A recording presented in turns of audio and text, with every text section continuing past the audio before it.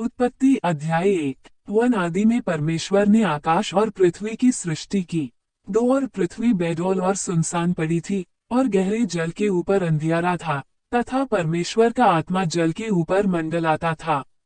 3 तब परमेश्वर ने कहा, उजियाला हो, तो उजियाला हो गया। 4 और परमेश्वर ने उजियाले को देखा कि अच्छा है, और परमेश्वर ने उजियाले को अंधियारे से अलग किया।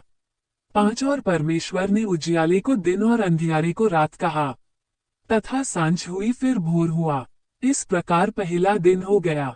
6 फिर परमेश्वर ने कहा, जल के बीच एक ऐसा अंतर हो कि जल 2 भाग हो जाए।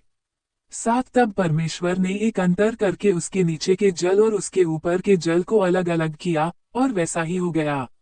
8 और परमेश्वर ने उस अंतर को आकाश कहा। तथा सांझ हुई फिर भोर हुआ। इस प्रकार दूसरा दिन हो गया। 9 फिर परमेश्वर ने कहा, आकाश के नीचे का जल एक स्थान में इकट्ठा हो जाए और सूखी भूमि दिखाई दे, और वैसा ही हो गया। 10 और परमेश्वर ने सूखी भूमि को पृथ्वी कहा, तथा जो जल इकट्ठा हुआ उसको उसने समुद्र कहा, और परमेश्वर ने देखा कि अच्छा है। 11 फिर परमेश्वर ने कहा, पृथ्वी से हरी घास तथा बीज वाले छोटे छोटे पेड़ और फलदायी वृक्ष भी जिनके बीज उन्हीं में एक एक की जाति के अनुसार होते हैं पृथ्वी पर उगे, और वैसा ही हो गया। 12 तो पृथ्वी से हरी घास और छोटे छोटे पेड़ जिनमें अपनी अपनी जाति के अनुसार बीज होता है, और फलदायी वृक्ष जिनके बीज एक एक की जाति के अनुसार उन्हीं में होते हैं उगे, और परमेश्वर ने देखा कि अच्छा है। 13 तथा सांझ हुई फिर भोर हुआ। इस प्रकार तीसरा दिन हो गया।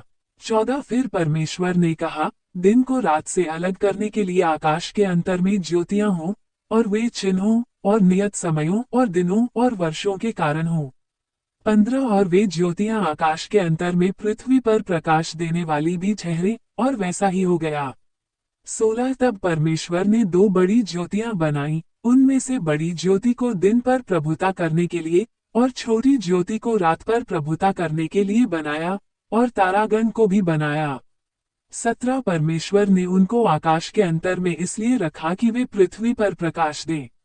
18 तथा दिन और रात पर प्रभुता करें और उजियाले को अंधियारे से अलग करें, और परमेश्वर ने देखा कि अच्छा है।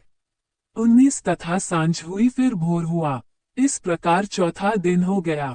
20 फिर परमेश्वर ने कहा, जल जीवित प्राणियों से बहुत ही भर जाए, और पक्षी पृथ्वी के ऊपर आकाश के अंतर में उड़ें।